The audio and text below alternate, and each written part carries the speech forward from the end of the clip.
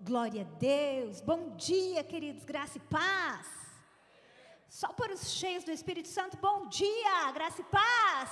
Para os apaixonados pelo Senhor, graça e paz. Você pode dar um glória a Deus? Aleluia! O nome do Senhor é bendito e Ele está neste lugar. Glória a Deus. Quero convidar você a abrir comigo a sua Bíblia no livro de Isaías, no capítulo 6. Isaías, capítulo 6, do versículo 1 a 8, nós vamos ler. Isaías capítulo 6, a partir do verso 1. Enquanto você abre a sua Bíblia aí, nós começamos ontem o projeto de cadastramento, das famílias que têm uma necessidade especial aqui no nosso bairro. E nós desejamos, em breve, na verdade no dia 18, nós vamos ter aqui o Atos 2. E eu quero desafiar você a vir nos ajudar, queridos. Nós temos tanta coisa a fazer, Marilda ficou impactada aí, conseguimos ontem fazer o cadastro de 12 famílias, mas temos mais 16 famílias para cadastrar. E nós queremos abrir isso para esse bairro, para fazer um bazar solidário, onde a gente vai doar roupas de inverno, cobertores e tudo mais. Então a gente vai começar a fazer essa arrecadação. Mas no dia 18 nós vamos precisar de pessoas aqui, de voluntários. Então vai ser o dia do nosso Atos 2. Nós vamos ter aqui, se você é cabeleireiro, se você é manicure, se há um serviço que você possa prestar. Talvez se você não tenha um serviço assim, mas você é da área administrativa, ou você fala assim, eu quero ajudar. Nós vamos precisar de ajuda com o bazar, nós vamos precisar de ajuda para distribuir. Então, você é nosso convocado para estar aqui. A gente quer servir a nossa comunidade. Vai ser das 14 às 17 horas no dia 18. Então, a Marilda já teve um pouquinho dessa experiência. Como eu digo, gente, às vezes a gente acha que é o morador de rua que está precisando da gente, mas a gente não tem noção que existem muitas famílias onde tem uma pessoa que trabalha e as pessoas têm muitas necessidades, tá? E são essas famílias que o Senhor tem colocado no nosso coração para que nós possamos alcançar. Amém? Você achou aí? Isaías capítulo 6, a partir do verso 1, a palavra do Senhor diz assim, no ano da morte do rei Uzias, eu vi o Senhor assentado sobre um alto e sublime trono, e as abas de suas vestes enchiam o templo. Serafins estavam por cima dele, cada um tinha 6 asas, com 2 cobriam o rosto, com 2 cobriam os seus pés e com 2 voavam, e clamavam uns para os outros, dizendo, Santo, Santo, Santo é o Senhor dos exércitos. Toda a terra está cheia da sua glória. As bases do limiar se moveram à voz do que clamava, e a casa se encheu de fumaça. E então disse eu, ai de mim, eu estou perdido, porque sou homem de lábios impuros, habito no meio de um povo de impuros lábios, e os meus olhos viram o Rei, o Senhor dos exércitos. Então um dos serafins voou para mim, trazendo na mão uma brasa viva que tirava do altar com uma tenaz. Com a brasa tocou a minha boca e disse, eis que ela tocou os teus lábios, a tua iniquidade foi tirada e perdoado o teu pecado. Depois disto, ouvi a voz do Senhor que dizia, a quem enviarei e quem há de ir por nós? E então eu disse, eis-me aqui, envia-me a mim. Glória a Deus. Você quer que o Senhor fale com você nessa manhã?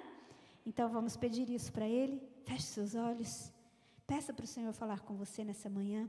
Papai, nós estamos nessa casa por Tua causa. Senhor, o nosso coração deseja tanto de Ti. Há um desejo no nosso coração de ouvirmos a Tua voz. E eu quero Te pedir, Senhor, que o Senhor fale conosco de uma maneira especial nessa manhã. Como só o Senhor pode fazer, como só o Senhor sabe fazer. Libera do céu uma palavra, Senhor, que venha romper com as nossas cadeias, com os nossos conceitos e preconceitos. Essa palavra rema, essa palavra revelada que só o Senhor pode dar. Que essa seja a manhã de mudança de destinos, a manhã de rompimento, uma manhã das nossas vidas, Pai. Eu quero Te pedir, alcança o nosso espírito, alcança o nosso coração nessa manhã. Eu quero Te pedir, tira, Senhor, tudo aquilo que atrapalha o nosso coração de recebermos a Tua palavra. Que o Senhor me use segundo a Tua graça multiforme, segundo o Teu poder. Não, Senhor, baseada na minha confiança em mim mesma, mas baseado nessa graça, Pai, que me habilita. Flua, Senhor, através de mim nessa manhã e fala conosco no nome de Jesus. Amém? Glória a Deus.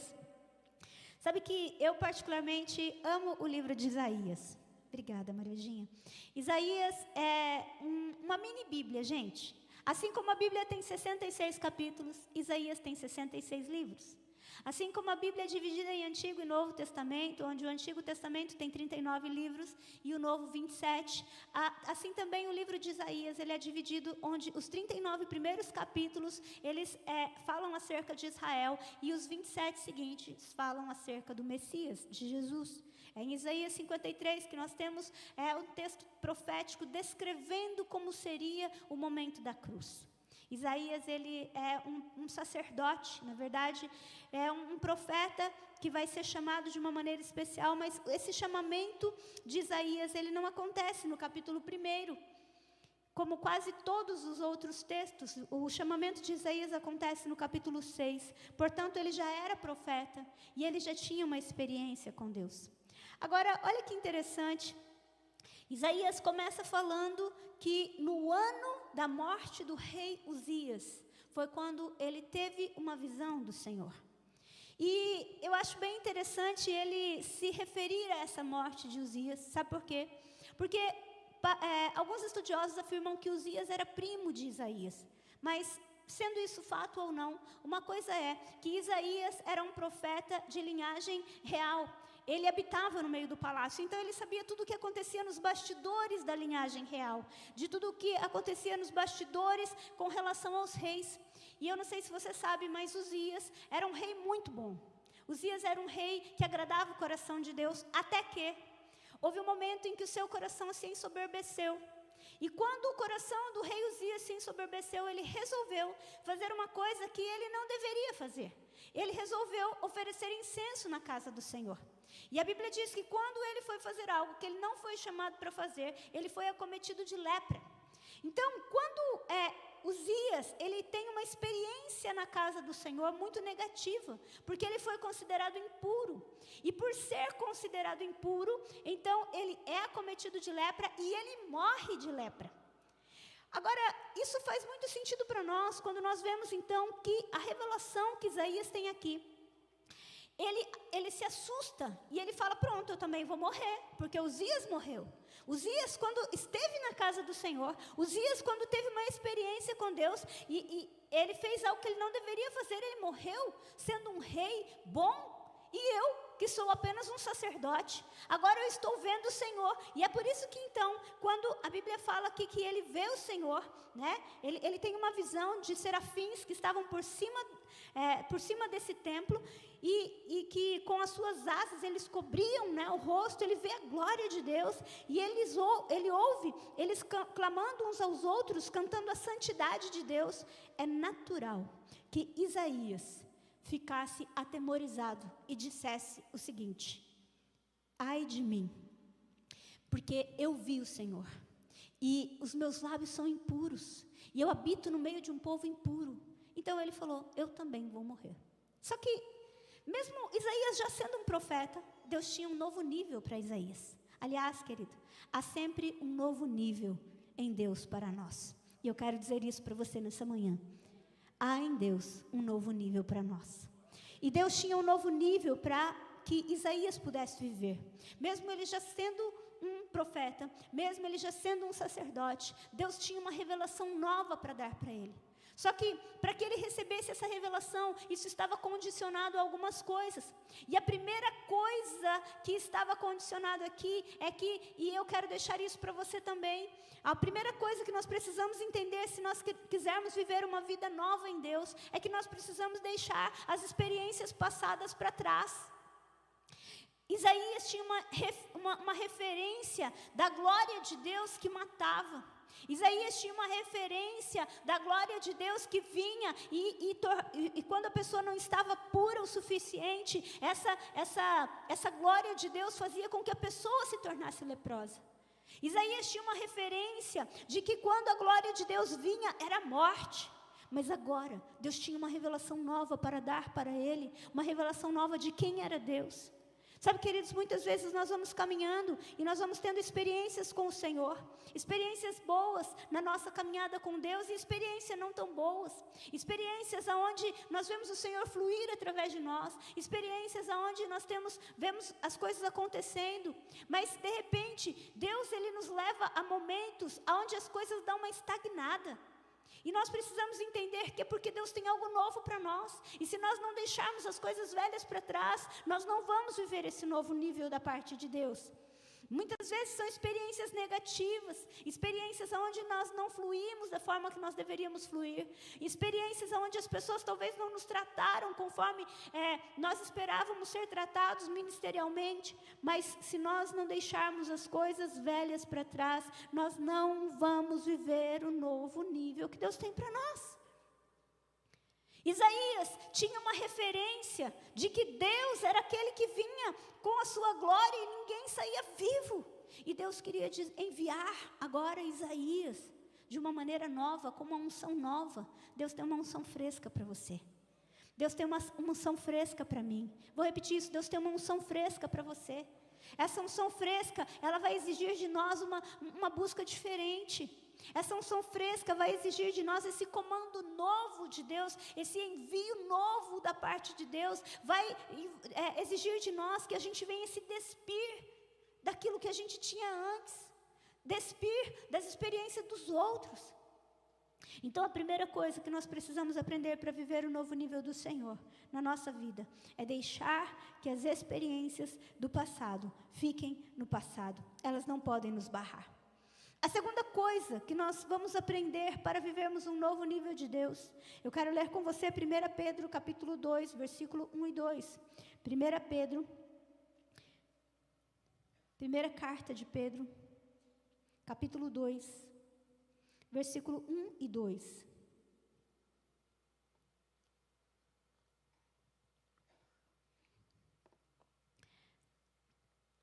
Ele diz assim, despojando-vos, portanto, de toda maldade, todo dolo, de hipocrisias e invejas, e de toda sorte de maledicências.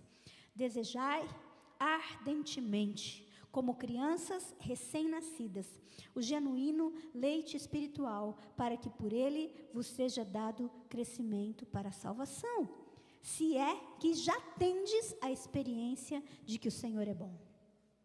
Pedro vem dizer para nós aqui, que como meninos novamente nascidos, nós devemos desejar ardentemente o leite irracional não falsificado para que por ele nós possamos crescer.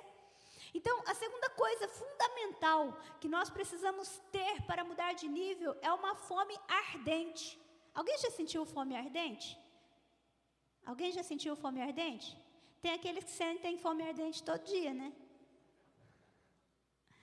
Tem uma experiência de fome ardente todo dia.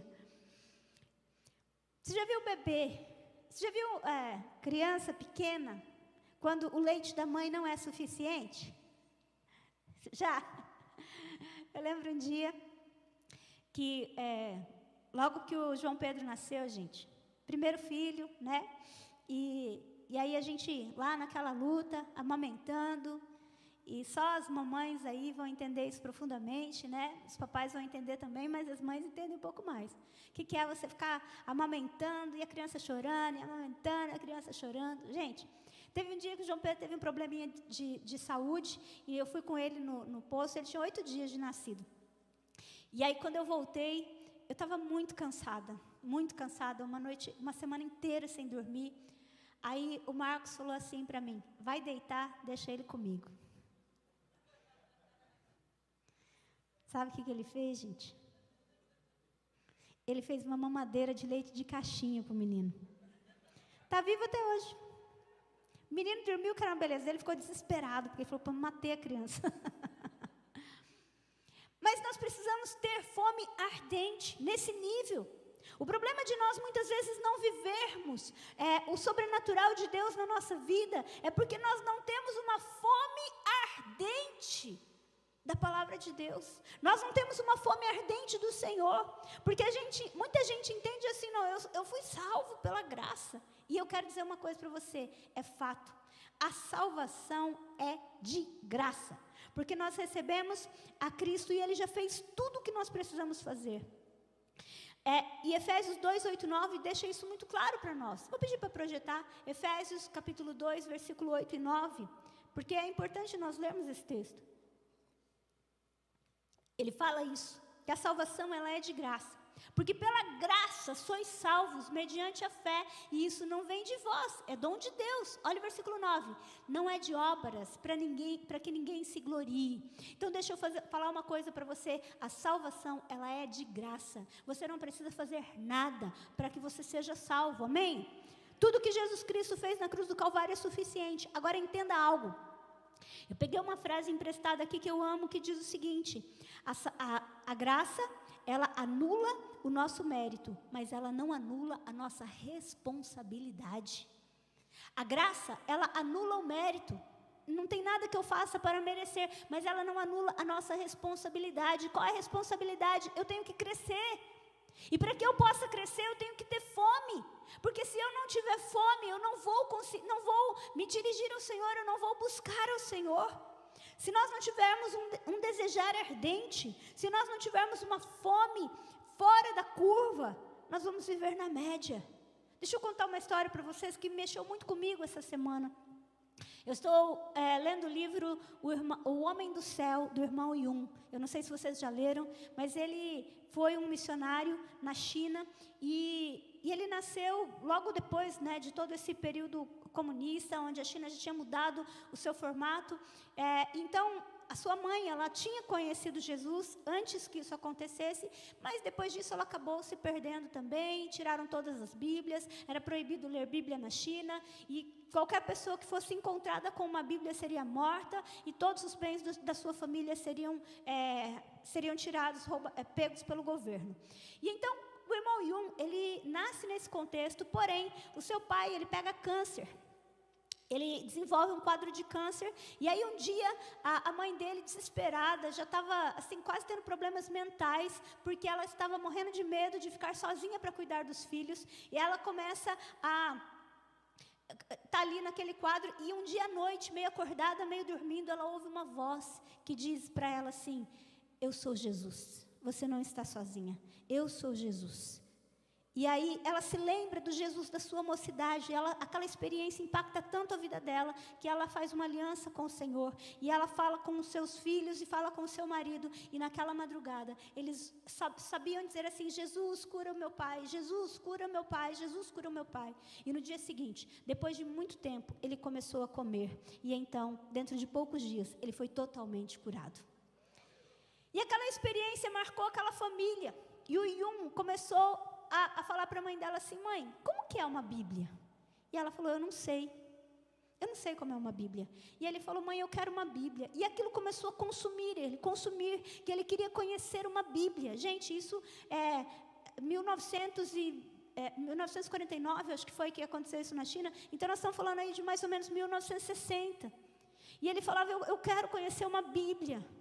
E aí aquilo foi incomodando tanto, e a mãe dele falou: olha, eu conheço alguém que foi pastor, e ele ainda vive nos nossos dias. E eles andaram muitos quilômetros, chegaram nesse pastor, e ele falou assim: eu quero ver uma Bíblia. E eles eram muito pobres, e ele estava lá descalço, e esse homem falou assim: não, eu não, se você quer mesmo uma Bíblia, você ora e peça para Deus. E aí ele ficou frustrado, mas voltou para casa e começou a pedir para Deus. Durante um mês ou 3 meses, eu não lembro, ele começou a orar e pedir para Deus. E ele voltou lá naquele homem e falou: viu, eu estou pedindo para Deus uma Bíblia, e Deus não me deu uma Bíblia. E aí então, esse homem fala assim: você não está orando da forma certa. Se você quer mesmo ter uma Bíblia, você precisa orar com lágrimas, você precisa jejuar, você precisa clamar ao Senhor. Entenda, gente, um país onde a Bíblia é proibido. E ele voltou para sua casa e ele começou a jejuar. E eles já comiam pouco, porque eles eram muito pobres. Então ele passou a comer só uma tigelinha de arroz durante o dia. E depois de alguns meses, ele teve um sonho. Ele sonhou, mas ele não sabia que era um sonho. Ele sonhou que vinha uma pessoa, 2 pessoas na verdade, e davam para ele um pacotinho vermelho. E nesse pacotinho vermelho, eles falavam assim para ele: eu tenho pão para você. Eles estavam andando, né, com um carrinho, aqui não dá para entrar em detalhes aqui por causa do tempo, e ali tinha pão fresco, e eles falavam: você está com fome? Eu tenho pão fresco para você. E eles entregavam para ele um pacotinho vermelho. E quando ele colocava aquilo na boca, ele via que na verdade era uma Bíblia. E ele acordou, e quando ele acordou, que ele viu que era um sonho, ele começou a chorar desesperado, angustiado. Porque ele falou: Deus, eu quero uma Bíblia, eu quero uma Bíblia. E aí, queridos, e os pais dele acordaram e foram lá e falaram: meu filho está ficando louco. E o pai falou: filho, você está ficando louco. Ele falou: Deus, se for para o meu filho ficar louco, eu prefiro ficar doente de novo. Dá para ele uma Bíblia. E sabe o que aconteceu? Eles ainda estavam falando, eram 4 horas da manhã. Veio alguém, bateu na porta e falou, e chamou ele pelo nome. E aí ele foi ver, e eram 2 homens cristãos que vieram trazer de madrugada uma Bíblia para ele. Sabe por quê? Porque um missionário, meses atrás, estava orando e Deus falou para ele que era a hora dele desenterrar. Eles enterravam a Bíblia deles em lata, e eles enterravam bem fundo, esperando o dia que a China liberasse, para que eles pudessem ler a Bíblia. E aí esse missionário recebeu de Deus um sonho, que era para ele dar a Bíblia para esse rapaz, e Deus deu para ele o endereço, onde era para entregar aquela Bíblia. E então eles foram lá, entregaram aquela Bíblia para Yun. E aí ele chorou muito e ele passou a ler a Bíblia. Só que tinha um problema, querido, ele não sabia ler muito bem, porque eles eram muito pobres. E então, ele começou a aprender a ler, e sabe o que ele fazia? Ele decorava um capítulo da Bíblia por dia, do livro de Mateus. E em 28 dias, ele decorou o livro inteiro de Mateus. Tá bom para você? Quantas Bíblias nós temos na nossa casa, querido? Quantas Bíblias eu e você temos na nossa casa? Quantas Bíblias nós temos à nossa disposição hoje? Mas qual é a nossa fome? Qual é a nossa fome? Se nós não tivermos uma fome ardente pelo Senhor, uma fome ardente, nós não vamos mudar de nível. A gente vai vir uma vez por semana na igreja e a gente vai achar que está bom. A gente vai ter vai fazer a oração antes da refeição ali e vai achar que está bom. Se não houver uma fome ardente, nós não vamos ter visões como Isaías, visões como João, visões como Daniel. E deixa eu dizer uma coisa para você. Deus está procurando homens como Yun.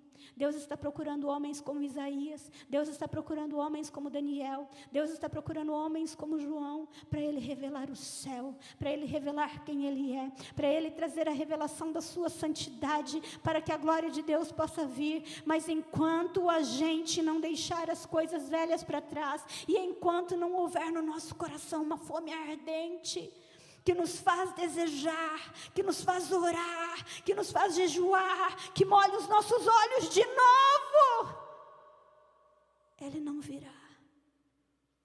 Porque enquanto estamos satisfeitos, não tem como ter lugar para fome.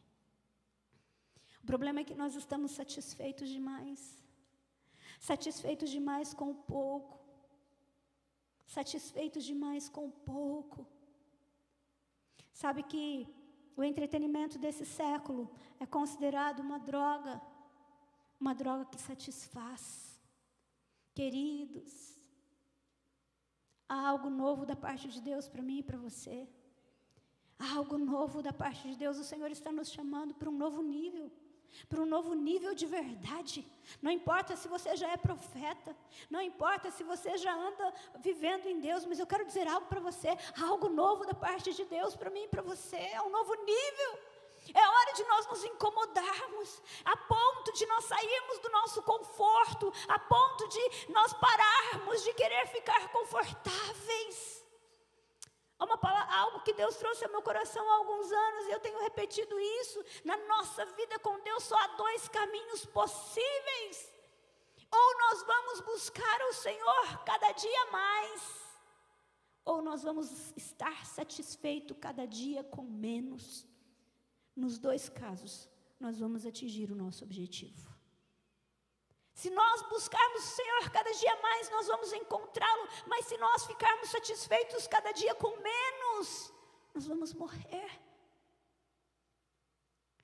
E à medida que nós vamos nos satisfazendo com outras coisas, nós não crescemos. Nós não vivemos o novo de Deus, não há crescimento em nós. Efésios capítulo 4, versículo 11 ao 16, Efésios capítulo 4. Versículo 11 em diante.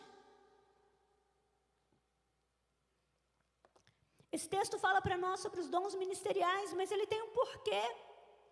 E ele mesmo concedeu uns para apóstolos, outros para profetas, outros para evangelistas e outros para pastores e mestres, com vistas ao aperfeiçoamento dos santos, para o desempenho do seu serviço, para a edificação do corpo de Cristo, até que todos cheguemos à unidade da fé e do pleno conhecimento do Filho de Deus, até que cheguemos à perfeita varonilidade, à medida da estatura da plenitude de Cristo, para que não sejamos mais como meninos, agitados de um lado para o outro, levados ao redor por todo o vento de doutrina, pela artimanha dos homens, pela astúcia com que induzem ao erro. Esse texto diz para nós por que nós precisamos crescer. Porque o objetivo de Deus é que nós cheguemos à plenitude de Cristo Jesus. Como que era a plenitude de Cristo Jesus? Jesus, ele era um influenciador. Aonde ele chegava, ele mudava a atmosfera. Jesus não tinha medo de tocar o leproso, mas ele tocava o leproso e era a lepra que ia embora. Jesus, ele ia nos funerais, mas era o morto que ressuscitava. Meu irmão, nós precisamos crescer e sermos transformadores de atmosfera, transformadores de ambientes. Nós precisamos crescer para não sermos enganados facilmente. Esse texto diz, que nós lemos aqui, que uma das características de uma pessoa da infância na fé é ouvir tudo, sem separar o que é bom, o que é ruim, é ser enganado com facilidade. Quantas pessoas estão morrendo no caminho porque estão comendo qualquer coisa? Você sabe, se você tem criança em casa, você vai numa casa que tem criança, você sabe que você não pode deixar tudo no chão, porque criança põe tudo na boca, ela come qualquer coisa. Algumas pessoas, no início da sua fé também, comem sem saber o que estão comendo. Queridos, deixa eu dizer algo para você. Às vezes a gente lê o Salmo 1, que fala que nós não devemos andar no conselho dos ímpios, nós não devemos estar na roda dos escarnecedores, mas às vezes a gente acha que isso é no sentido físico. E quantas vezes nós estamos sendo aconselhados por pessoas ímpias, através das redes sociais, através da internet, através daquilo que nós assistimos? Quantas vezes nós estamos assentando a roda dos escarnecedores, rindo de coisas que os youtubers, tiktokers estão falando? Quantas vezes nós estamos colocando tudo na boca? Quantas vezes nós estamos comendo de tudo, sem perceber que nós estamos morrendo? Sem perceber que a gente não está selecionando o que a gente está se alimentando. Essa é uma característica de crianças na fé. A gente tem que ser intencional com o que a gente come. A gente tem que ser intencional com aquilo que a gente come. E a gente só vai ser intencional se a gente tiver fome. Se a gente estiver incomodado. A outra coisa que nós precisamos crescer é porque nós precisamos realizar a nossa função no corpo. Crianças são apenas receptores, são apenas consumidores. Você sabe que no Brasil, e eu acredito que isso acontece em outros países também, existe uma idade que é considerada a idade de capacidade produtiva. Crianças não entram nessa idade. Meu irmão, deixa eu falar algo muito sério para você. Eu e você não fomos chamados para sermos apenas consumidores daquilo que Deus tem para nós. Você foi chamado para atuar no corpo de Cristo. Esse texto vem dizer isso para nós, Efésios aqui, ele vem dizer isso para nós, até que todos cheguemos ao aperfeiçoamento do santo, até que todos cheguemos à unidade da fé, à medida da estatura do corpo de Cristo, para que não sejamos mais meninos. Nós precisamos atuar, o aperfeiçoamento do corpo, nós precisamos atuar. Deixa eu dizer algo, há um dom que é seu. Você tem que fluir naquilo que você foi chamado, mas você só vai fluir naquilo que você foi chamado quando você deixar as experiências antigas no passado. Quando você parar de olhar para você, quando você parar de olhar para a sua incapacidade ou para o seu excesso de capacidade. Quando a sua fome te consumir, quando a fome pela presença de Deus, pelas coisas de Deus começarem a mexer com você, quando a gente vir para a casa do Senhor e nada nos impedir de estar aqui, quando os nossos olhos voltarem a ser molhados pela presença dEle, quando nós formos impelidos para o nosso quarto, no nosso secreto, por causa dEle, e não estarmos satisfeitos com mais nada, mais nada, mais nada. É hora de você crescer, é hora de eu crescer. Há um novo nível de Deus para mim, há um novo nível de Deus para você, e não há nada que você tenha vivido até aqui que possa ser o limite daquilo que Deus tem. Então, se a primeira coisa é a gente deixar o passado para trás, e a segunda coisa é a gente ter uma fome ardente, há uma terceira coisa. E essa terceira coisa está lá num texto que você conhece muito bem, que está em Ezequiel capítulo 47, do versículo 1 ao 5.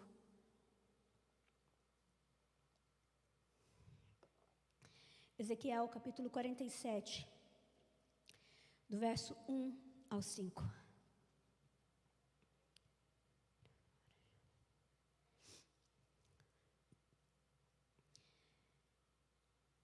Depois disso, o homem me fez voltar à entrada do templo, e eis que saíam águas de debaixo do limiar do templo para o oriente, porque a face da casa dava para o oriente, e as águas vinham de baixo, do lado direito da casa, do lado sul do altar.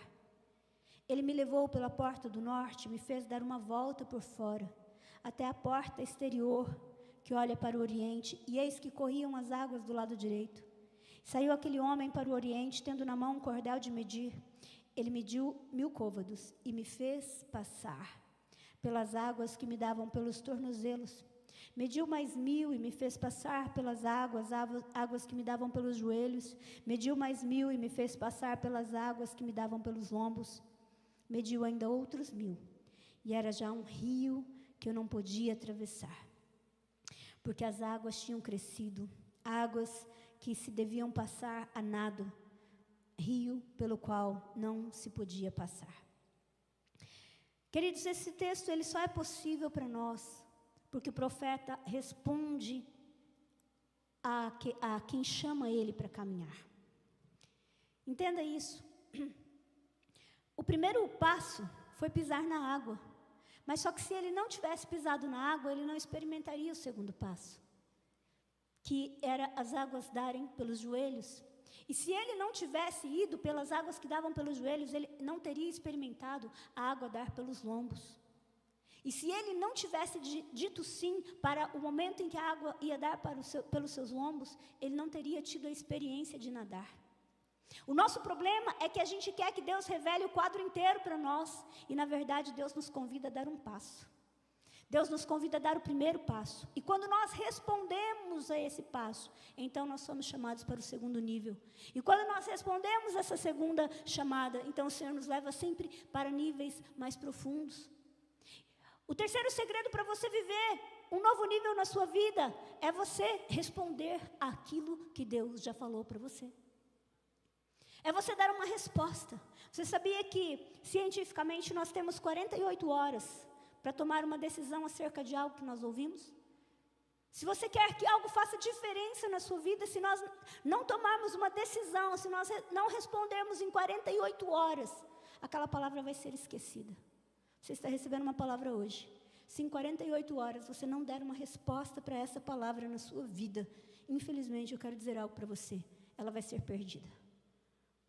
Você pode até ter o seu coração aquecido hoje, você pode ter o Senhor te chacoalhando hoje, mas se eu e você sairmos daqui hoje e nós não dermos uma resposta a essa palavra, acredite, você vai ser um colecionador de palavras, mas eu e você não vamos mudar de nível.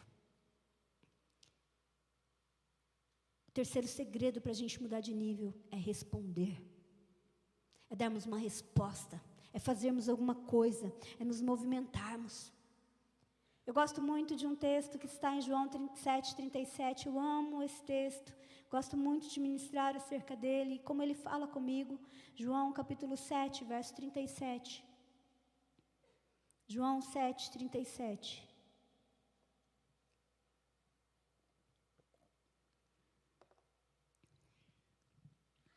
No último dia, o grande dia da festa, levantou-se Jesus e exclamou: se alguém tem sede, venha a mim e beba.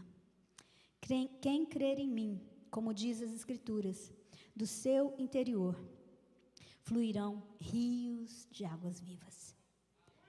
Olha isso, gente, no último dia, o grande dia da festa. Já falei isso, você já deve ter me ouvido falar. Os judeus nesse dia, era o dia mais especial. Eles pegavam água, se não me engano, do tanque de Siloé, e eles faziam uma procissão até o templo, e lá eles jogavam a água lá dentro do templo. E eles diziam que quem não sentia a presença de Deus naquele lugar não sentiria em nenhum outro momento. Era um momento de grande júbilo. Então era uma experiência com água. Mas Jesus, que conhecia os corações, quando ele vinha ali naquele momento, a Bíblia diz que ele vem e fala assim: se alguém tem sede, ele está dizendo: vocês estão fazendo rituais, mas vocês continuam sedentos. Vocês estão fazendo barulho, mas vocês continuam sedentos. E sabe o que é interessante? Esse texto diz que depois que Jesus disse isso, muitos creram nele. Por quê? Porque haviam muitas pessoas sedentas ali. Muitas pessoas praticando uma religiosidade, praticando rituais. Queridos, Jesus, ele passa os olhos onde nós estamos, e ele sabe quem está com sede, quem não está. Nós podemos entender que o Senhor, ele olhou para aquelas pessoas e viu que elas estavam acostumadas a ir de ano em ano naquela festa, fazer aquilo, mas o seu coração não estava completo, elas queriam algo mais. E deixa eu falar uma coisa para você: todas as vezes que Jesus encontra alguém que quer mais, ele tem mais para dar. Todas as vezes que ele encontra alguém com fome, ele tem pão para dar. Todas as vezes que ele encontra alguém com sede, ele tem água para dar. Todas as vezes que ele encontra alguém cujo coração quer mais, que tem uma fome ardente, que responde aquilo que ele está dizendo, ele vem. Porque é que a gente pode achar que a vida no Evangelho é vir no culto uma vez por semana e achar que isso está bom. Me fala, como é que nós podemos achar que uma vida rasa, sem revelação da palavra, sem revelação do Senhor, é o que Deus tem para nós, e achar que está bom? Como é que nós podemos achar que tudo que Deus fez está encerrado no livro de Atos, se Atos não tem término? Atos 28 não tem término, porque Deus quer continuar Atos comigo e com você. Como é que nós podemos achar que já está bom? Como nós podemos achar? Se no grande dia da festa ele encontrou pessoas sedentas, como é que nós podemos achar? Como é que nós podemos achar, querido, que ele já fez tudo o que ele tinha para fazer? Se ele disse: vocês farão coisas maiores do que essas. Vocês farão coisas maiores do que essa. Deixa eu dizer algo para você. O Senhor está nessa manhã dizendo para mim e para você: vamos para o próximo nível. Está na hora de parar de molhar o pezinho. Você sabe que a temperatura do seu corpo, ela é determinada pela temperatura da água que está aos seus pés. Até quando você vai ficar, ou eu vou ficar, fazendo aquilo que me satisfaz, fazendo aquilo que é confortável para mim? Até quando que eu e você vamos ficar vindo de ceia em ceia, de culto em culto, sem orar e falar: Deus, eu quero uma fome ardente? Um homem lá na China,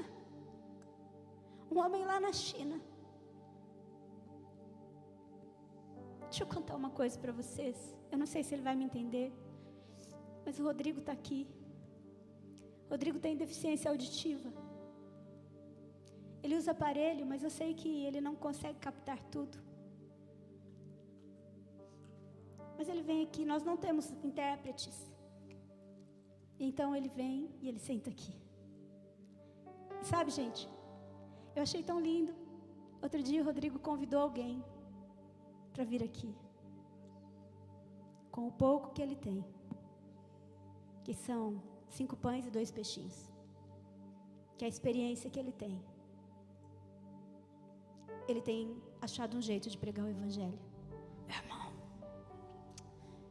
Meu irmão, está na hora de sair do raso, está na hora da gente sair da meninice, está na hora da gente querer só comer guloseima, está na hora da gente ser intencional, está na hora da gente mudar de nível. Você só está diante de uma mesa porque um dia alguém se entregou totalmente. E esse mesmo Deus está aqui nessa manhã, falando comigo e com você. E o que é que nós vamos fazer?